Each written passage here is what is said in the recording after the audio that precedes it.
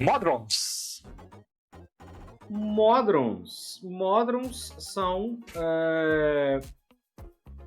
Eu falei de mecanos, então nada mais lógico do que eu falar de Modrons. Os Modrons são as criaturas nativas do plano de mecanos.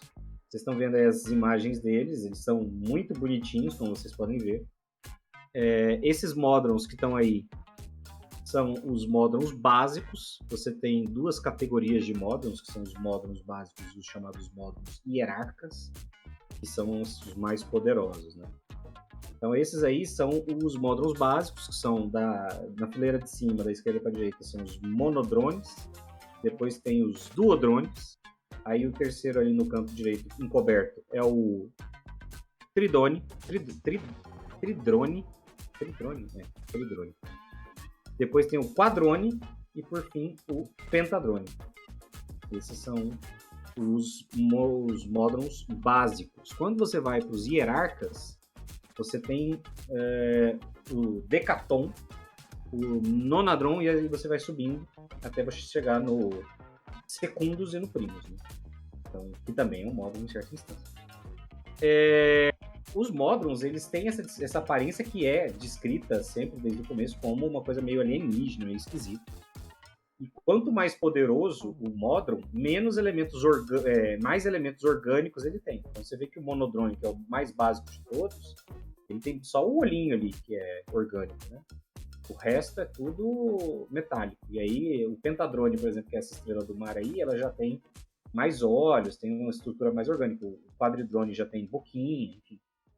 Os hierarcas todos, eles vão ficando, com exceção do Decaton, que é basicamente a bola com uma boquinha, olhos e duas pernas, eles vão ficando mais humanos, até que o Secundus é basicamente um humanão alto. Então, uma coisa que eu gosto de mencionar dos Modrons é que eles têm muitas regras pessoais específicas que fazem sentido dentro da hierarquia deles. Então, por exemplo, um Modron, um Monodrone, por exemplo, eles não conseguem conceber a ideia de uma criatura mais poderosa do que a que está hierarquicamente acima dele. Então, para um Monodrone, não existe nada mais poderoso do que um Duodrone.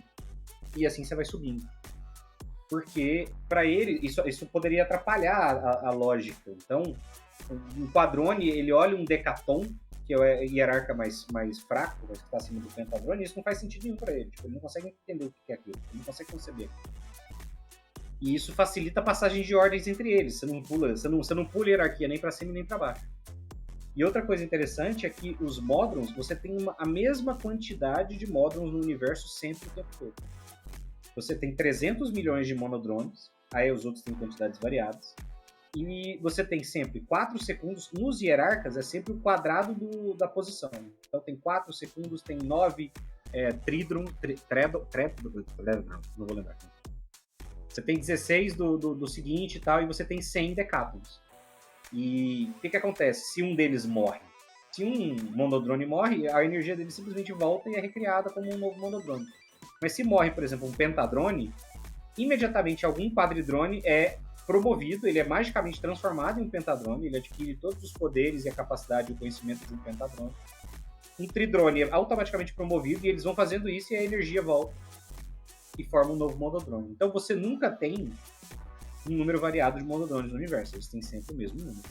E isso é uma coisa muito importante, porque um dos fatos mais legais que existe dos Modrons é a Grande Marcha Modron, que é um fato do universo, um fato canônico do universo de D&D, em que a cada 289 anos, ou seja, ao final do 17º grande ciclo, cada ciclo é composto por 17 anos, ou seja, são 17 ciclos de 17 anos, portanto 289 anos, acontece a Grande Marcha Modron, que é quando uma comitiva de Modrons, que tem, a vasta maioria são de base, mas tem alguns hierarcas, são 16 hierarcas, o de nível mais alto é um Quinton, ou seja, um hierarca de quinto nível, vamos dizer assim, eles saem de Mecanos e eles vagam pelos planos externos. Eles passam por todos os planos externos, sempre na mesma ordem, sempre no mesmo sentido.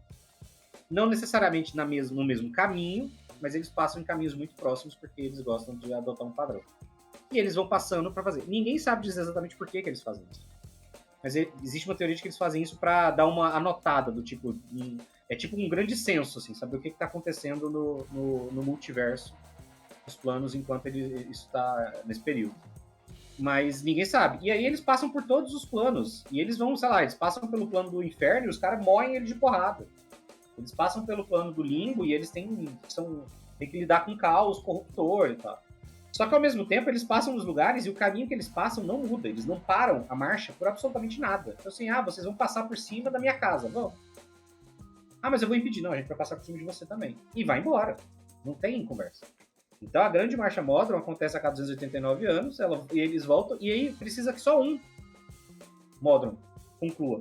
Porque aí ele automaticamente vai ser, se só sobrar um, ele automaticamente vai ser o Quinton, provavelmente, porque é o de nível mais alto, e ele é o responsável por gravar e trazer todo o registro da viagem de volta para Autômata, que é a cidade, que é, naturalmente, a única cidade de todos os planos que está sempre pronta para a grande marcha Modron.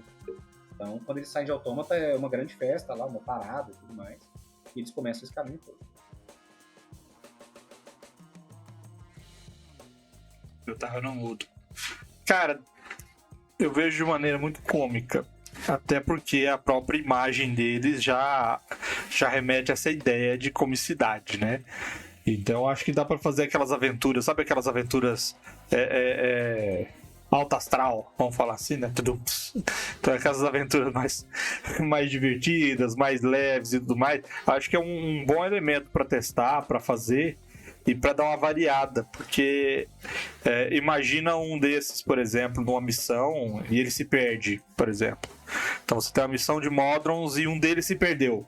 E aí por algum motivo você compadece e vai ajudar ele a encontrar a comitiva dele. Então eu acho uma boa ideia para, por exemplo... Tem uma coisa interessante narrativamente que você não tem como argumentar com um Modron.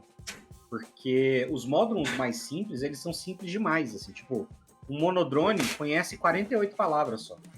É isso. Então você não tem como conversar com ele. Ele é simples demais. Já os hierarcas, eles são complexos demais. E aí você não consegue discutir e argumentar com ele, porque ele já tem um nível de complexidade em que ele consegue racionalizar qualquer decisão que ele toma com base na defesa da ordem absoluta, que é o motivo pelo qual eles existem. Pô, então deve ser complicado de interpretar isso, na verdade. Né? Você colocar os jogadores ali e o mestre ter que interpretar esse nível de racionalização, esse nível de complexidade de pensamento, eu acho que é pegado, né? Mas você apelar pro... Olha, eu não tenho como te explicar mais porque você é uma pessoa simplória e isso aqui tá dentro do grande plano, do grande esquema das coisas. Que você, com seu cérebro mortal, seria incapaz de compreender. Sabe o que eu lembrei? Eu lembrei daquele sistema Terra de Og. E o Terra de Og você tem de 2 a 4 palavras que você conhece e o jogo inteiro é esse. As pessoas só podem se comunicar nessas 2 até 4 palavras que elas conhecem. Que tá a diversão. Eu usei numa campanha, eu fiz um arco que era todo baseado em... Porque alguns deles... Eles falam que voam em rogue, assim. Alguns deles, de vez em quando, tem algum mau funcionamento. Um bug. E tem um bug e saem. E aí eles saem, então eles não morrem, eles não voltam a energia e tal. E quando é um hierarca que acontece isso, eles reconhecem que isso aconteceu e eles pedem o exílio. Se não for provado, eles são só destruídos, porque aí eles realmente estão sendo corrompidos. Mas se Primus, que é quem decide, isso autoriza... ele é exilado, ele vai para outro lugar. E aí ele é basicamente uma criatura muito poderosa do plano da ordem que, na verdade, tem algum tipo de mau funcionamento. E aí eu usei isso para ter uma criatura que pegou uma cidade e tentou recriar o Autômata. E aí ele começou a estabelecer, só que ele era um construto que não funcionava direito, a cabecinha dele era dodói. Então ele inventava regras absolutamente aleatórias, e as pessoas da cidade eram obrigadas a lidar com aquilo. E aí ele foi o que eu fiz, um salão cheio de armadilhas que eram feitas para serem o julgamento das pessoas, se as pessoas estavam seguindo os princípios da lei. Mas na verdade todos os puzzles eram feitos para não funcionar e matar alguém. Então as pessoas tinham que lidar com a resposta para reduzir o dano, mas elas iam tomar dano do mesmo jeito. Ok.